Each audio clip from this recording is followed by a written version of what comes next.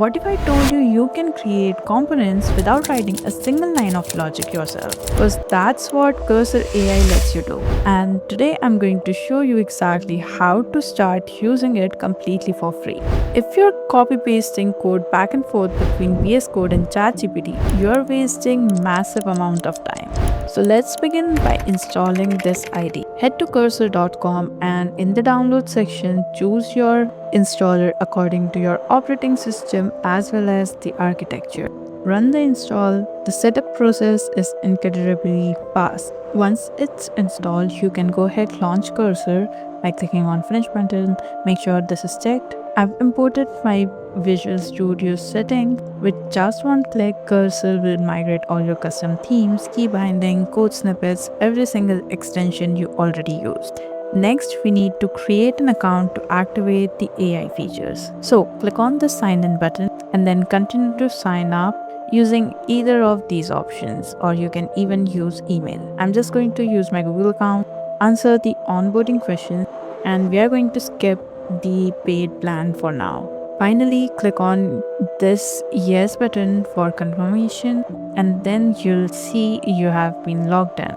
Let's open up a folder in here so that we can actually see the interface and talk about that. So click on open project, select any directory that you'd like or create a new one if you don't already have anything to open here. Okay, here's what the layout looks like. This is your file viewer, here's your chat, and this is the sidebar for your chat.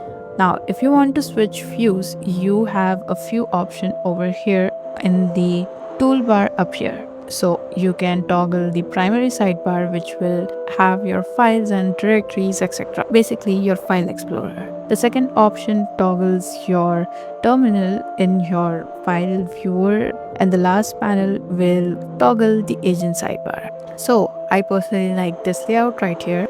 Now you must be curious on what this agent is. It's basically the AI module that helps us out while we are coding. Before we start typing any code, we need to talk about strategy. We are going to go to the setting from over here, see cursor settings, and navigate to models tab, which is over here. This is really crucial if you're trying to use a free plan to test out the whole application. This is the list of all the models that are available to us, and right now these are the ones that are activated. Now Cursor gives you two main options for AI bows. First, you get 2000 standard completion every single month, meaning you get fast autocomplete. And second, you get 50 premium requests. These premium requests use the heavy hitter genius level models like GPT 5.4, Sonnet 4.6, Opus 4.6, etc. So here's the secret to surviving your free plan. You should use these premium hits for complex logic, deep debugging, generating entirely new files. Or you can even switch to lower models or any other models in case you prefer to use any specific model while coding. Alright, now I've opened up this animated portfolio project into my workspace so that we can take a look at the tab completion feature that Cursor offers us. Alright, in my footer right now I just have a name and the email address of the person whose portfolio it is. Now I want to add a span for the name after this, so I'm just going to start typing my code like this. And as you can see, you get your suggestions as soon as you do that. Now to accept this suggestion, you can click on the tab key in your keyboard and that will be accepted. And if you want to edit any code, you can simply select it and then use the extension or the key binding, which is Control K, and it will open up the chat right in your editor. Now describe the change that you want to make. Like here, I want to add the year of the build, which is 2026. So that's what I'm going to do. I've described the edit.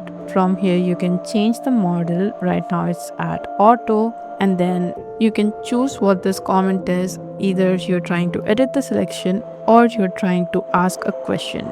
So if you switch to ask question, that means it will just generate the answer and it won't touch the code at all. I'm going to send this over, and here we have our change. After every change, it will be displayed in a diff view, meaning that the removed lines will be highlighted in red and the added lines will be highlighted in green. Now to accept this change, you can keep it by clicking on this key button or using this shortcut right here, which is Ctrl Shift Y. Another way to use the code completion is by adding comments, and it would suggest you whole blocks of code. Like right now, if I add a comment over here, which is to add quick links, it will suggest me an entire block of code, and I can accept it simply by clicking tab. That's it. So this is incredibly fast. It learns your specific coding style as you go, and the best part is these completions run on your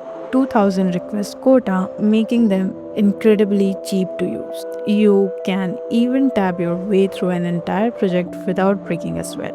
Now, this was about a code that you know well and you just had to make some tweaks. But what about a situation where you're lost in a massive 100-line project or an inherited code you didn't even write? That's where the chat feature becomes your best friend.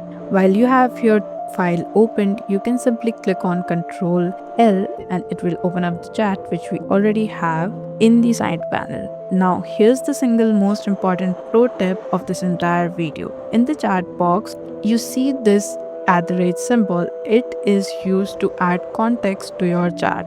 If you type @ a menu will pop up allowing you to tag specific file, folder, or web documentation. Not just that, you can even add your GitHub branches or even terminals that are running. Now, this gives your agent a context on what exactly are you referring to and permission to scan the file that you have mentioned. Now, using this, I can now ask things like, where is the scroll reveal logic defined? And if I send this, it would give me exactly where it is defined with the references. If I click on this function right here, it will take me to the function definition in the file itself.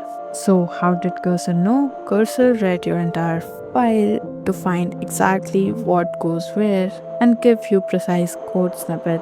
Also, in your chat, you have quite a few options. Like right here, you have 4 different modes. The agent mode is to plan, build, or research anything. The planning mode is just to create a detailed plan of what the project would accomplish what you're trying to do.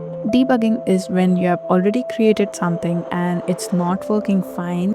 It really helps you out with broken code and help to fix it. Lastly, you have the ask option when you just want to ask questions about your project or anything in general. So we are actually going to use chat feature to create a to-do list. I'm in a new directory, and now I'll ask the chat to create a fully functional to-do list application.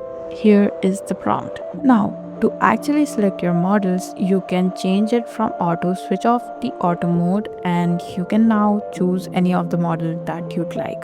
If you see, this is Composer 2 Fast, which is the agentic coding model by itself. So that's what we are going to use. And I'm going to send this prompt now. Okay, so our response has done generating, and you can see the difference or the files created over here. Right now we have one file created and this is what it looks like. So we can keep the file and we will run it in the terminal. I'm going to open a new terminal here, but first I'll have to create an app.tsx in my root folder because the tab has not done it and it said to use it anywhere, just use this command right here. Sorry, this code right here, which is what I've added here. Okay, but see here, we are having a problem because it's throwing some sort of error, I guess. So I'm going to use the fix with agent option, and here's where you can switch to debug mode and it will start debugging the error. So it has made the changes, repaired the code, and this is the reproduction steps, which is essentially just a summary of what it did. I'm going to proceed to finish this.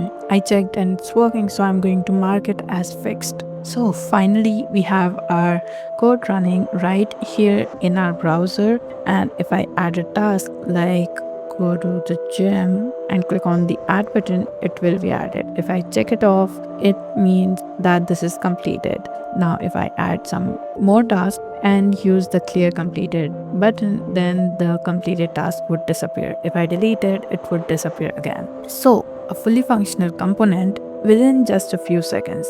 That's what we get using Cursor tab. Now use all the different modes to get the best out of Cursor tab and use it as your AI coding assistant.